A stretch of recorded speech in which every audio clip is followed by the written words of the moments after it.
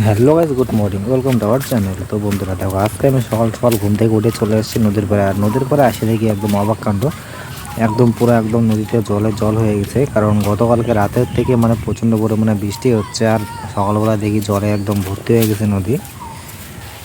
আর এদিকে আসে দেখি যে গাইস, একটা দাদা সকাল থেকে মানে বৃষ্টিতে ভিজে ভিজে মাছ ধরতেছে।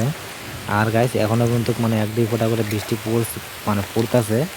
তো এই দাদাটাকে জিজ্ঞাসা করলাম যে মাছ উঠে কি না ওঠে। আর দাদাটা বললো যে মানে মাছ উঠে দু একটা করে উঠে। তো বন্ধুরা দেখাই যাক যে মাছ উঠে কি না ওঠে, তো দেখে পরেই যাবো আমরা। তো দেখতে থাকো ভিডিওটা, আশা করছি তোমাদের কাছে ভালো লাগবে। আর বন্ধুরা দেখো, মানে এখনও কিন্তু প্রচণ্ড জোরে বৃষ্টি পড়ছে। আর কিন্তু নদীতে কিন্তু প্রচণ্ড পরিমাণে স্রোত হয়ে গেছে। আর কয়েকদিন আগে তোমাদেরকে দেখাইছিলাম এই নদীটাই। তো এই নদীতে কিন্তু কত একটা জল ছিল না, খুব কম জল ছিল, হালকা হালকা মানে জল ছিল। এটা নদী না, আসলে নালা। তো এটাতে বর্ষার দিনে মানে পুরো ভর্তি হয়ে যায়, নদীর মতন হয়ে যায়। তো জালটা এখন তোলার পরে দেখা গেছে হয়তো ছোটো ছোটো মাছ।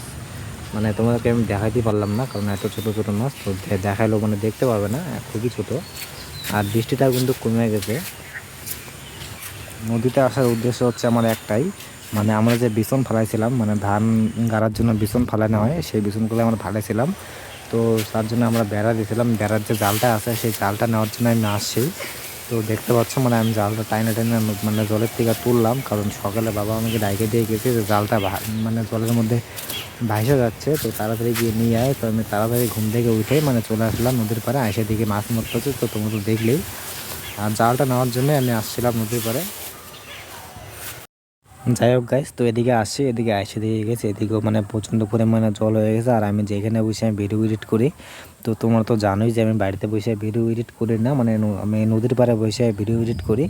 তো সেই জায়গাটা তো মানে ডুবে যাওয়ার মতো হয়ে গেছে। যদি আজকে রাত্রে বৃষ্টি আসে তাহলে সেই জায়গাটাও ডুবে যাবে। তো আমি এইখানে বসে আর কি ভিডিও এডিট করি, যেখানে বসে আর কি ভিডিও এখন শ্যুট করতেছি। তো এখানে বসে কিন্তু আমি ভিডিও এডিট করি। তো আমার ভিডিওগুলো যারা কন্টিনিউ দেখো, তো তারাই হয়তো জানবে। যাই হোক গাইস, তো দেখো নদীর জলটা কিন্তু খুব ঘোলা জল। কারণ বৃষ্টি যে হচ্ছে, বৃষ্টি হওয়ার কারণে কিন্তু নদীর জলটা ঘোলা হয়ে গেছে। কারণ ডাঙার যে জলগুলো আছে, তো সেই জলগুলো কিন্তু নদীতে নামছে, তার কারণেই কিন্তু নদীর জলটা ঘোলা হয়ে গেছে। তো বৃষ্টি কমলে কিছুক্ষণ পরে কিন্তু আবার জলটা মানে পরিষ্কার হয়ে যাবে, তো তখন স্নান করা যাবে, এখন আর স্নান করা যাবে না। তো বন্ধুরা, আমার আজকে ব্লগটা তোমাদের কাছে কীরকম লাগলো অবশ্যই কিন্তু কমেন্ট করে বলবে। আর ভালো লাগলে ভালো বলবে, খারাপ লাগলে খারাপ বলবে। কারণ মানে তোমরা যদি বলো যে ভাই খারাপ হয়েছে ভিডিওটা, তাহলে আমি চেষ্টা করবো ভালো করার। তো আর রাজীব ভাই চ্যানেলে যদি তোমরা নতুন হয়ে থাকো, তো চ্যানেলটা সাবস্ক্রাইব করতে কিন্তু ভুলো না। তো বন্ধুরা, আজকের জন্য এটুখানি। তো বাই বাই।